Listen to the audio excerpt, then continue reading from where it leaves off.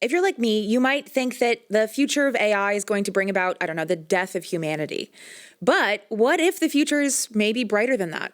That's what we talk about with our optimistic next guest. That's right. We're going to speak to Anish Raman. He is the Chief Economic Opportunity Officer at LinkedIn. He recently wrote a book all about AI, and he's a former presidential speechwriter, so I think he's pretty compelling. You'll enjoy this conversation.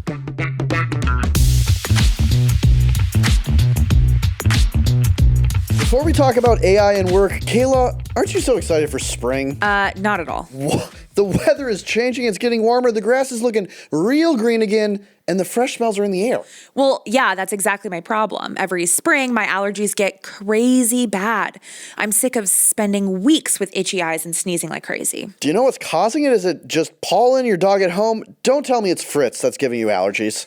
That's the thing. I have no idea, but it's definitely not Fritz. He's hypoallergenic. So I just don't know how to prevent it. Well, that's the symptom threshold at work. Each of us has a different combination of triggers, and when you're exposed to enough all at once, that's when symptoms start. That's why it's important to know your particular triggers so you can minimize your exposure and keep your symptoms under control. Okay, Kyle, when did you become a doctor? Didn't tell you I went to med school, Kayla. No, I just recommend getting a blood test that can help rule in or out allergies. And if your provider orders a regional respiratory profile, it will help ensure no allergen slips through the cracks with a research-backed collection of local pollen allergens and the most common indoor allergens, all from one blood draw.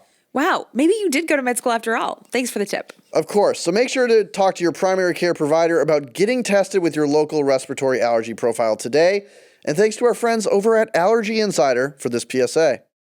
Okay, we have a very special guest on Per My Last Email today, Anish Raman. Anish is the Chief Economic Opportunity Officer at LinkedIn, a former CNN war correspondent, speechwriter to President Barack Obama, VP at several startups, and the co-author of the recent book. We got a copy right here in the studio, Open to Work, plugging it, How to Get Ahead in the Age of AI. Obviously a topic that's on everyone's mind. Anish, we're humbled, honored, and excited to have you here in studio. Well, I am all those things and more, because you just told me before people are allowed to swear here. So, yeah, opens up a whole new arena of storytelling. Very exciting, very casual here on Per My Last Email. So we're going to talk a little bit about the age of AI. Yeah. And very exciting stuff. Yeah. I am a bit of a skeptic. Yes. I've been very hesitant. I've talked about it quite a bit on the pod. Yeah. There's something that really I'm pushing back against. Yes. And I will say that the book, and specifically this quote that I'm going to read, I think was a really important unlock. And I'd love you to kind of talk through this specifically. So the quote is, "The old ways of work weren't designed to unleash human potential. They were designed for industrial efficiency. That old world is coming apart." How does AI unleash human potential? Yeah, I think, and we try to do this in the book. First, let's start with work as it is today. Mm-hmm. How many of us, sometime, all the time, are cranking through emails or PowerPoints or spreadsheets or meetings about meetings, and we're like, this is not what I was put on earth to do? Mm-hmm. That is so many of us so often, and we are completely right. The industrial age, which is just about 300 years old, built work as we know it. The industrial age was about one thing above all else: efficiency of the production of goods and services. So over the last 300 years, from the steam engine to now, everything has been about more, better, faster, more, better, faster, more, better, faster. Whatever your job, you could be on an assembly line in a factory or on a laptop in a cubicle, more, better, faster, more, better, faster. And AI is going to come along and be more efficient at efficiency work. And we're all kind of freaked out because we're like, no, wait, that's our thing. We're supposed to be these efficiency machines. And now these machines are going to out-machine us. And we're really afraid of that. And what we have to remember is that we existed before the Industrial Revolution. The most complex, in my mind, badass object in the known universe is in our head. It's the human brain. Mm-hmm. The human brain that we have, not just in terms of shape and size, that the human brain's been around for like 300,000 years. But this ability to think about things, to create stories that lead to nation states or the monetary order, to organize humans in these new, more complex ways, it's at least 40,000 years old. Like, you could take a kid, in my understanding, from 40,000 years ago, raise them today, and they'd like figure out how the world works. Like, they would just become one of us now. That's how like mature we've been in terms of thought for so long. So AI is going to sort of like say, okay, we're going to do what a lot of you are doing. These tools are going to do this efficiency stuff. But what does that mean? We're going to go back to the core things that make us human, the ability to imagine, to invent, to be resilient, to be adaptive. We are an exceptional bunch, humans. We have done amazing things. And now if you think about what's possible if all of us get to be more human at work, you get really excited about what could be coming. So I think that's the key thing. As humans, our brain is wired to fear change, and it is not wired to get exponential change. So it is completely understandable if right now you are freaked out, you are confused, you are anxious, you are skeptical. Understandable. It is also completely unhelpful because this change is here. You got to figure out how you're going to use these tools. We've done it before, whether it was Google, calculators, the printing press was like radical and a lot of people were anti it. And get to better on your own terms. Yeah. I'm now just imagining a kid from 40,000 years ago eating a McDonald's burger. Encino Man. Encino Man. It's a very eloquent answer. I mean, you're a former speechwriter. I'm kind of pumped up. I got to be honest. It got me. Be pro-human. I Yeah. mean, to me, the humans are coming, not the robots. But what's crazy is that we've got to like Ted Lasso humans in the locker room. We've got to be like, you got this, humans, because the industrial age has so shrunk our sense of self. I have a question about, you were saying like faster, better, work harder. And, we're not put on earth to draft an email or create a PowerPoint, which I agree with in principle. I think my fear, and I'm much more AI pilled than Kayla, I will admit. Like so I'm 10x I'm more. more pro AI, but my fear is there's the thing we're doing, which is creating the PowerPoint, which we all want to automate away. But there's the thing underneath that, which is it forces you to think. Yeah. Like, in order to get to a good slide, in order to write an essay, AI could do that. Yeah. But it's the effort to get to the essay. When you're drafting a speech in your former career, you could have AI write me a speech for Obama. Right. It could do it. It would be fine. Yeah. But it's thinking through. It's like the mental gymnastics you do to get the words on the page demonstrate a deeper understanding of the material underneath. Yeah. Are you afraid that AI makes us more efficient at efficiency, but we lose that ability to think, which is a core human strength? I am afraid about all the things you all are afraid about, including the very justified skepticism that technology is going to come to save the day in any way, because we've lived through an era, especially with social media, where there's been a lot of demonstrable negative impacts in society. So we should all start with that fear. The thing that I think we have to remember, my optimism about AI is born from pessimism about how work has worked, and we talked about that. But it also is born out of a populist belief that unlike every other moment of technological disruption where leaders figured it out, systems moved around it, and by the time it hit you as a worker, it was already figured out for you. This one is building bottoms up. It's building middle out.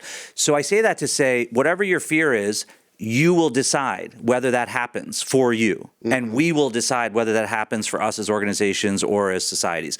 Take AI. You can overuse AI and you can misuse AI. But if you use it right, it is like using Google to be able to find more information than you could have when you had to go to the library. Maybe that quest for the book with the Dewey Decimal System got you really like thinking in a different way that you don't with Google, but you're now able to learn more quickly. That's kind of how I would think about this tool. So what does it mean to misuse or overuse? Overuse is what MIT is already studying, cognitive debt. It's like literally, think about it. If your boss slacks you selling your teams, you selling, copy paste that question in your AI tool, copy paste the answer back to your boss. You run into them in a few days and they're like, hey, that answer was like really interesting. How'd you come up with that angle? You don't remember what that question was. You're like Claude. Yeah. And I don't remember what you asked because I was just in the, like your brain isn't tracking it. You're not building like critical thinking. Right. You're not building memory. So you can overuse it to where you will be replaceable because you're just copying and pasting. Misuse is, yes, data. Are you giving it financial data you don't want to as an individual, or company data you shouldn't? But it's also not giving it the right context. It's asking it sort of a lazy question and then getting a shallow answer and thinking, oh, this is great, I have the thing I wanted, just because it has words formatted in paragraphs. So you got to use it right. But if you use it right, let's take your example of the PowerPoint, or even for me with writing, because I struggle with this. Even with the book, it was like, where does AI help us like gut check arguments or research, but where does it not come in because we got to push through the hard work of like formulating an argument and wrestling through it?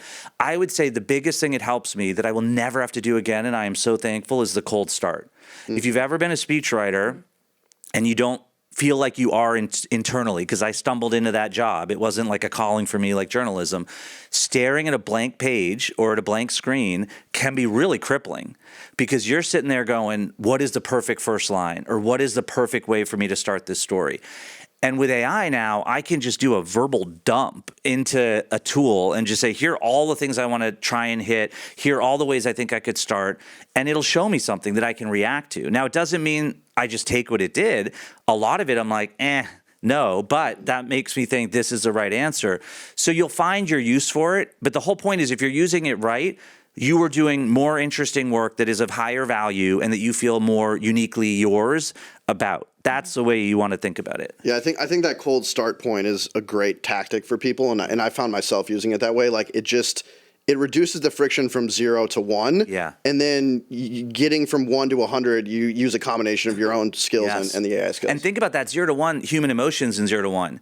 You can like get in your head. It literally can be crippling at times. Like Yeah. you can waste hours just worrying about not being able to do something. Yeah. And so imagine if you don't have to feel that. I mean, you still need to feel the hardness of like hard things, but you don't have to waste your time on stuff that you can now skip past. It's so interesting because there was just New York Times article or quiz, I guess, that just came out. Yes. That was like, do you prefer human writing or AI writing? And basically it was 2 passages of like, maybe it's science writing or poetry, and you had to click, do you like this passage 1, or this passage, Yeah. passage 2? Yeah. And it really caused a lot of strife, at least Yeah. on Twitter and online, because people who are extremely either pro AI or Right. anti AI are realizing that Yeah. the lines are getting closer and Yeah. blurred, but that there's still something human. It's like error. Yeah. There's something like emotion that you can kind of identify. I guess when you're talking about this like idea of cognitive debt, Yeah. do you think that the cold start, the working with AI to begin with, Yeah. is like going to increase that potential for cognitive debt? Not if people do it right. Yeah. I mean, I think the thing to think about is there are things that AI is going to do. If all we do is give AI more stuff to do and do nothing new with our day, do nothing different with our day, you're not in a pretty steady career at that point. Like you are just delaying the inevitable of being equivalent to AI. But the point about AI is you're using this tool to not outsource your thinking. You're using it to amplify your own capabilities as a human. One of the most interesting, this is not a how to AI book. This is a how to human with AI book. And it was deliberately coming at this whole question from the other angle, not a whole book about the technology, what it can do, what it's going to do, quantum computing and all the like super intelligent stuff. It was all about the human brain and human capability. What was really interesting is we had to define that. Because as we talk about in the industrial age, we've defined human capability entirely around IQ.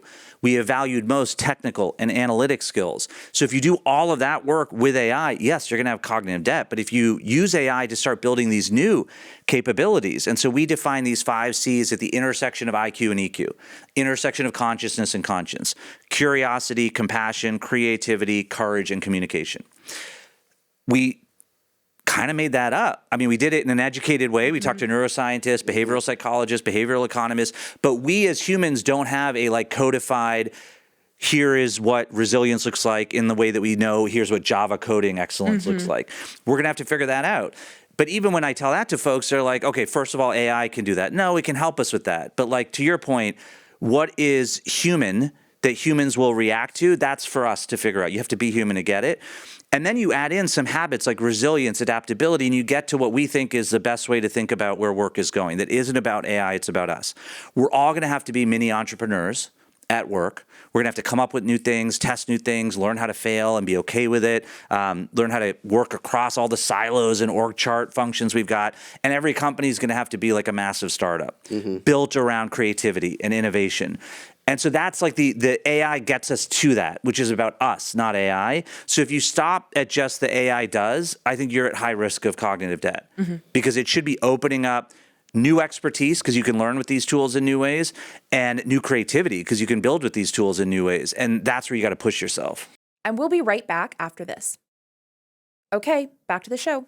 At one point, you talk in the book about the steam engine Yeah. and how basically these factories, there was this new or it was electricity, this new innovation, electricity that was going to, revolutionize productivity and output. Yeah. And they just plugged electricity in Yeah. to the existing process, Yeah. and nothing got faster. Yeah. And everyone was like, "What the heck, man? We promised." That's right. It was the factories that basically like started completely Yes. from scratch. Yes. Using electricity as the like Yes. an initial driver and creating all Yes. new systems.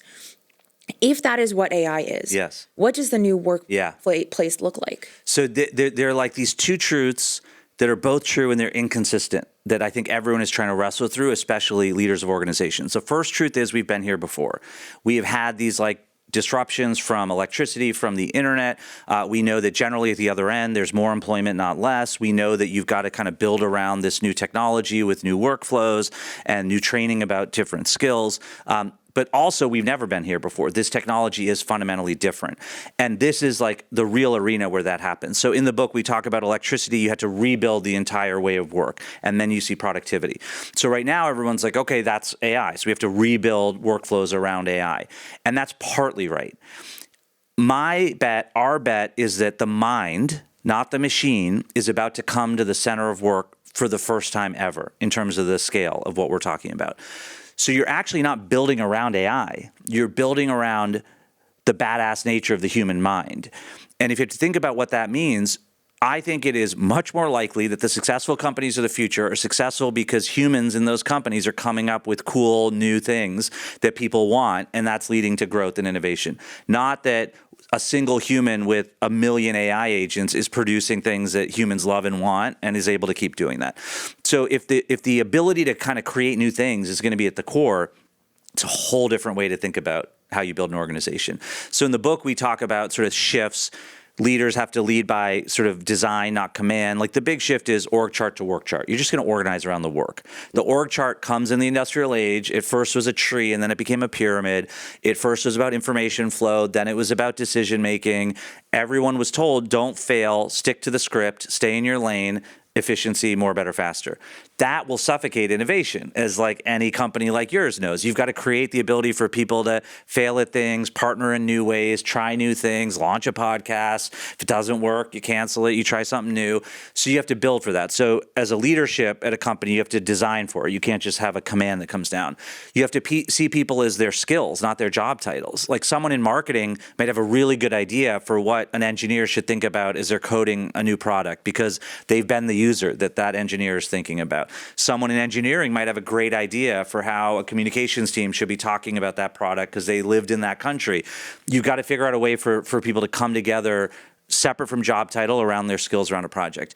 And then you've got to grow people, not just track tasks.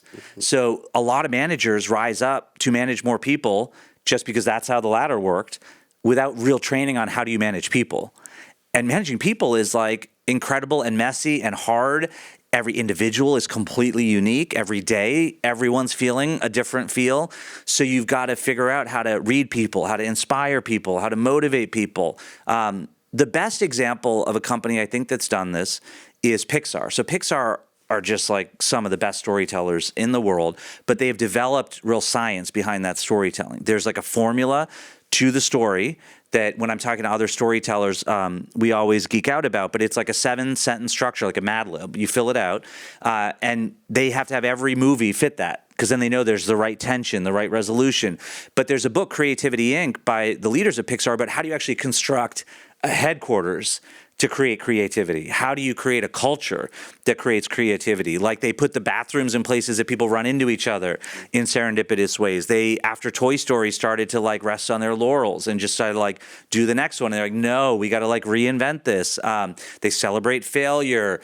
So you've got to build these in, which is going to be completely new for most sectors and most companies. But I think it's the only way that people are going to succeed. Yeah, Creativity Inc., great book. Well, we got to move the bathrooms at Morning Brew. That's my big takeaway. You talked about kind of changing the org chart to, a work chart, the changing nature of organizations. So I want to hit on a topic I think is very important right now, which is like entry-level work. I know you've written about this, best essays in the New York Times. It's talked about in the book as well.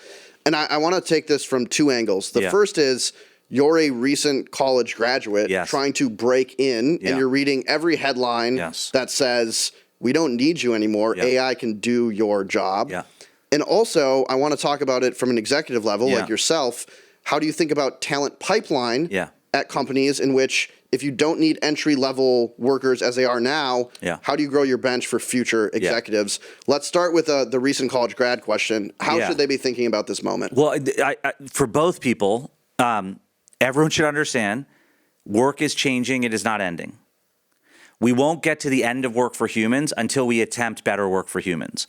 So no one should assume that any job category, job titles might change, but job categories like entry-level work, it's not ending. You will still enter into the job market at So some enter point. into a job market. My bet is the safest way for us as a society to get to more employment at the other end of this is going to be to really support entrepreneurship and see a whole bunch of new businesses starting, including by folks coming out of college who now can build more easily. And then that's going to hire a bunch of people into all those new big businesses. But there will always be work until and unless we get to a place where we've given all humans a chance to bring all they can, to be entrepreneurial, then let's talk and we'll see. But let's do that first. Let's give humans a shot. Yeah. So work is changing. It is not ending. Now, if you're coming out of college, the best thing you can do is stop reading the headlines. Because right now, the conversation, partly why we wrote the book, is charged. It's extreme. There is no good prediction right now because no one knows what's coming in so many different ways. So don't worry about the headlines, but do worry about yourself. Like if you're coming out of college, I'm going to say a thing that's going to stress you out, and then I'm going to say a thing that hopefully is going to get you excited. The thing I'm going to say that's going to stress you out is you got to take control of your career. Nobody's coming to save you. Nobody's coming to save us as humans. It's on us, our actions, our choices, the story we're telling ourselves. If you sit there freaked out right now, you're telling your brain, freak out. Your brain is going to say, oh, let me find confirmation bias for freaking out. This headline says you're done. This headline says give up now before you start. This headline says worse is coming. And think about what that's going to mean for you physiologically. You're just going to cower down into a fetal position. But if you tell your brain, this is a moment of change, let me figure out how I'm going to figure this out, then you're going to do the hard work to figure yourself out. You got to be able to define yourself beyond the degree that you've got, beyond the job title you're seeking. We have a chapter on careers in the book and how the ladder's done. That was the op-ed I did in the Times. It wasn't entry-level work's done. It's that the ladder's done. That can freak you out. You got to take control of your career. You're going to go up and down and around. But the thing that I hope excites you is once you do that work, once you realize I got to take control of my career, you get to a place where you realize you get to take control of your career. In the history, in the long and contorted, tortured story of humans at work, because we haven't had any age where humans have just been able to do all we can do. This is the greatest time, I think, to be entering the workforce of any generation of humans because you got these tools that'll help you close any experience gap, any expertise gap. We've got a rural entrepreneur in here, Diego in Texas, who has this great line. You're no longer limited by what you know. You're only limited by what you can think to ask. So anything that you could imagine that drives you, that wakes you up in the morning as a curiosity, you can learn more and you can build stuff. You can go create stuff. So you are going to get to take control of your career and you're going to build a career that's like mine, I think, more likely than not. My career, totally abnormal until nowish. You just kind of went through my career by job title. It makes absolutely no sense. It is not a 1 + 1 = 2. It wasn't junior marketing manager, director of marketing, VP of marketing, CMO. Right. It was all over the place. I started over all the time. I just was trying to figure out what are the skills I want to hone, what's the expertise I want, what's the impact I want. And it was really hard because I'd go into interviews and they'd be like, oh, tell me about Obama, tell me about war zones. And then they'd be like, well, where do you fit in my org chart? We don't have a Department of War Zones. Yeah. They're like, are Yeah. you marketing? Are you comms? Are you product? And I'm like, I'm all of it. I could do anything. It's that's the worst answer to give because in the org chart, I'm this specific silo and spot. But now, if I did the work on myself to understand myself, to have certainty of who I am, one of the ways I did it on LinkedIn is you list the skills in every job you had. And like a light bulb, I went back across every job and I said, you know what? Every job has been explanatory storytelling. Yeah. My first day as a reporter to this conversation right now. How do I make the complex simple? When I left journalism, I said, I want to tell the story, but I want to mobilize action around it. Okay, coalition building becomes a skill set. By the way, that's business development and growth at a startup as much as policy advocacy with the California governor. And then about a decade ago, I thought of economic opportunity, economic freedom, economic mobility. That it was like the cause of my life. I was like, this thing is so broken and so important. I'm going to figure this out. It's going to be this 50-year problem. So now if you take those three skill sets, I'm in a job our CEO literally made up 2 years ago. Chief Economic Opportunity Officer didn't exist. I don't know if anyone else has this title, but it was because these skills that I have and these experiences I have are relevant for LinkedIn in this moment, at this time, as this platform to go help shape the global sort of response. So if you're starting out and you're freaked out, push through that fear, focus on your own story of self, get control of your career, but then get to a place where you're excited you get to get. So if you're entry level, don't have a 10-year plan, don't have a 5-year plan, don't focus on a job title you're trying to get.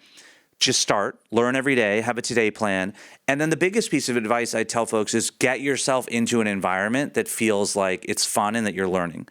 Because where you work, I think, matters a ton more right now than what you do. You could have a cool job title at a company that is entrenching in old ways of work, and you will be worse off for that experience. You could have a made-up job title in a company that is all about figuring out Creativity Inc. and how do we build around electricity. And in a few years, you're going to be so much better off for it. And executives, you will not exist without folks that are growing from within. But it isn't even about leadership.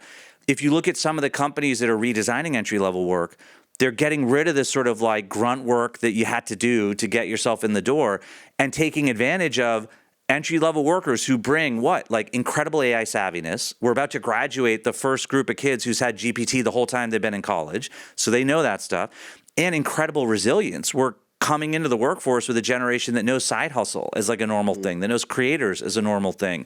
They're entrepreneurial. They want to make sure they're self-reliant. That's an energy that you want in your office. And so I think there's always going to be entry-level work. It is going to change. It is changing. It's a crazy hard job market right now, I know, for entry-level workers. But rather than reading the headlines and trying to figure out what the macro is, just focus on you. I think that's really great advice. Also, I do love your job title. And I think it's cool that the initials are CEO. Oh, yeah. Do you ever talk to your CEO and you're like, got one more O than you, bro? What's going on here? I want to go now to maybe mid-level career. You mentioned the 5 C's becoming much more important. Yeah. Again, you are an executive. I'm really curious about what you're now over-indexing on when you're evaluating talent internally, as opposed to what you weren't even thinking about maybe 5-10 years ago. What tactically is that new skill that if you could only know one thing about someone in your organization, you'd be like, they need to have this in order to grow? Building. Can you get something new done? I mean, when we talk about being entrepreneurial, I'm another good example for mid-level folks because I have risen up through individual contribution. This is where I'm not ladder-like also. I have not risen up by just managing more people and bigger teams that are executing the day-to-day work of the workflow of the big company. I've just done new big things and done them. So everyone right now is going to get judged on work product. It's not did you talk to someone? Did you think about something? Did you meet with someone? It's what have you done? Because the tools help you learn quicker and build quicker. So what have you done? Even some of the entry-level jobs we're hiring for at LinkedIn, we're not asking for a resume. We're just saying, show us something you built. So the most important thing that everyone at work at every level should be thinking about is, do I have projects that I am doing something new that is of value and I'm doing it? I'm doing it with others because I'm creating different ways for us to do work together. But just sending emails, meeting about meetings, moving something along, the show work metrics are just not going to work anymore. And I think the easiest way for folks to sort of get this, and we have this in the chapter on jobs, is take any job, CEO, just got hired, whatever mid-level job you're in. Every week we do probably a dozen key tasks. Identify them. Doesn't matter what your job title is, where you sit in the org, what do you actually do? And then you're going to bucket these tasks. The first bucket, you want to look at what's AI going to be able to do or already can do. So that's the efficiency stuff, the first draft, the quick summary, the quick analytics. You're going to put that. If you're a software engineer, the basic coding. Then the second bucket is, what am I doing with AI? And that is not copy pasting like we talked about before. That's, I can learn about how sales thinks about something because I'm sitting over in marketing and they speak a different language. Or I can like create a different version of a PowerPoint, or I can create a video out of this thing that I want to convince people to do. What are you doing that's new and different in that bucket two? How are you like up-leveling your work? And then bucket three is, what are you doing with other humans? Like the end state of work isn't human with agents. It's human with all these tools doing other cool stuff, new cool stuff with other humans with all these tools. So who are you partnering with across your team or across teams in a new way? Hey, why don't we try this project? Why don't we try this new way to go after this problem that we're trying to solve? Now, if you look at your week and like most of your stuff is in bucket one, like get on it. Now, ideally, you have something in bucket two or three that you could be like, okay, let me do more of that. But if everything's in bucket one, like you're looking at shifting to a new team, you're looking at what skills transferability to a team that has more 2 and 3. But all of that isn't, you don't get to go in and say, look at my buckets and how I'm moving them like a conveyor belt. What did it lead to? Mm-hmm. And this is what's exciting about you get to take control of your career. If you do this, you are the only person that is required to do this math. You sitting down with you and saying, what am I doing? How am I moving my work? How am I showing new things? Your boss doesn't know what you do all day. Their boss doesn't know what you do all day. You know your job best. No one's coming to save you to say, here's your AI future job. Now just go do this. It's not going to happen, which is like stressful because we're used to people saying, here's what you're supposed to do. But you get to decide it, and you can do it starting yesterday. Produce high-value work. Part of high-value work right now is failing. It's, hey, I tried this thing and it didn't work for this reason, but it made me think that this is actually a way we should think about it or a different way we should think about it. Start pushing yourself on like, what did I do? And this is where entrepreneurs are a great model for us. Because if you're at a startup, I mean, I did growth at startups. I could spend all day, every day telling you all things I did, and all that mattered was what was our number and did it go up? Yeah. And so we all have to think like that a little bit. As somebody who loves to be told what to do and loves a 5 to 10 year plan, it is very exciting, right? Yeah. Like it's like there's so much entrepreneurial spirit that you can bring kind of to any job, whether it's entry level or CEO. But as someone who maybe might employ some more rigid thinking, like that also is very scary to me. It's kind of the nihilism of like nothing matters, but then the like optimism of nothing matters. So you can kind of do whatever. That's right. If you were giving a piece of advice to somebody who perhaps is like maybe in a more rigid, hard-skilled job, like how do you start to develop that agency, that flexibility? It's the cold start part of AI. I mean, go to the tools first. Like these tools are not amorphosized, like they're not human. They are the best summary of all the info that's out there, and then they're the best summary of your info to it. So if I think about what I use my tools most, and I'm using them hourly for this, it's this kind of coaching where I have given my tools a real sense of who I'm trying to be. What am I trying to shed as a habit? What am I trying to build as a habit? I'm a big energy guy, a big idea guy. I can be a lot. So a lot of that is like, let's go do a book. Let's go do something new.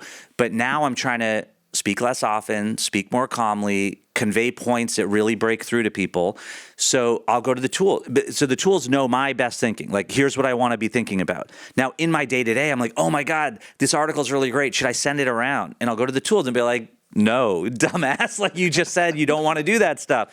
So the tools are a place that you can start. Give it all the fears that you've got. Like, I don't know how to do this. I'm used to being told what to do. Now I'm being told to not wait for someone to tell me what to do, and it'll give you some starts. And the more you tell about how you think, the better it'll help you do it. We have a story of Jonetta in here, 50 plus woman who was like trying to learn to get a certificate to do a new job. And she hadn't learned well in the ways that education works, which is most people, because it doesn't build around your unique way of learning or curiosity. So she told the tools, here's how I like to learn. I like to learn with stories. I like to learn with these kind of analogies. And it taught her everything she needed to know in a way that she was able to like get that certificate. So that's thing one. Thing two is you are not alone. I mean, everything great that humans have done, we have done it together. And that's true for innovation too. It's never been in isolation. So part of what I think kind of sucked about the industrial age and the org chart and the silos and the slots is we've all felt, one, like we had to shed ourselves to comport ourselves to this job description that was like generic and repeatable. And that we were kind of all in this like competition against each other on our own.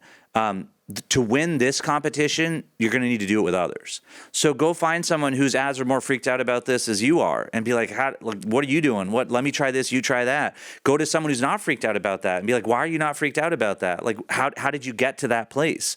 As you think about it, I mean, maybe even right now, what would be your go-tos like in this moment? Like, how would you push yourself? Like, who would you ask? What would you try? I mean, the last thing I'd say is use the tools, talk to other humans.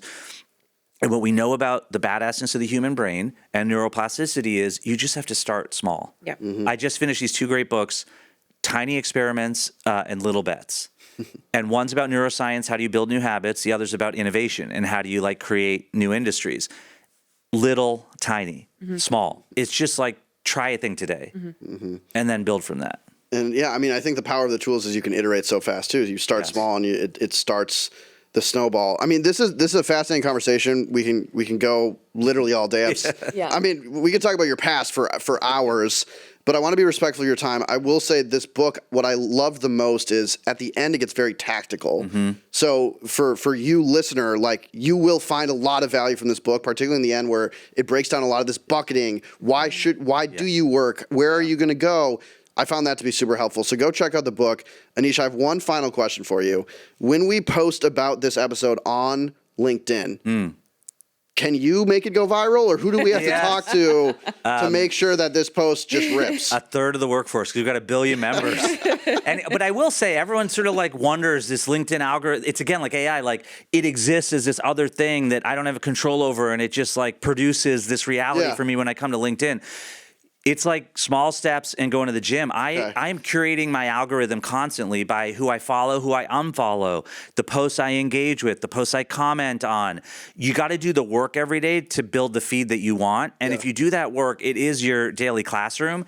But in terms of virality, I haven't figured it out. Okay, I was hoping you could crack the code for us. Maybe my posts are just bad. That could definitely be it as well. Well, Anish, thank you so much for one, writing the book, but two, for coming on and talking about it with us. I learned a lot. Really appreciate you being here. No, thanks for having me. I'll have to come back because I didn't swear. I think I left you that dropped goal. a dumbass. There you go. true. Okay, You got came to that. Yeah, okay. Next time. Yeah. Let's roll the credits. Our producer is Michaela Hack. Our technical director is Kelsey Jones. Brittany DeTaco is our audio engineer. And our president is Devin Emery. This show is a production of Morning Brew. Thanks for listening. And we'll see you on the LinkedIn algorithm.